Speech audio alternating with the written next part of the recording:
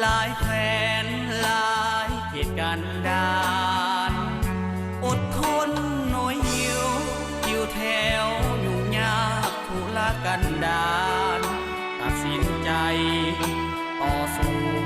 ปราบพิมานเพื่อให้เมืองบ้านอยู่เย็นสุขสันต์สมเด็จเจ้าสุภานุวงศ์สมเด็จเจ้าสุภานุวงศ์พักด้วยใจมั่นคงมาส่งให้เราสุขสันต์ใส่ทุกวิธีช่วยเหลือกันดีกินดูจีนปราบผีมารใส่มาทั้งอย่างเหลือคันเพื่อความสุขสันต์พี่น้องทุกคนลาเมืองเก่าใหม่จักรพรรดิลาใสผลงานยิ่งใหญ่แนวลาวหักศาสตร์สู้สนเมืองลาววันนี้มีพักนำพาแสนงามสุขสมลาวหักศาสตร์แนวโน้มเปลี่ยนโสม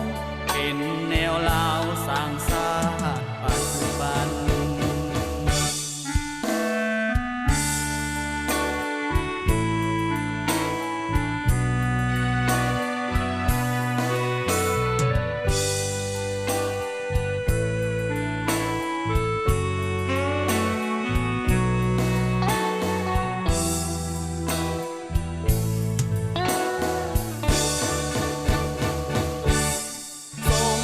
เจ้าสุภานุวงศ์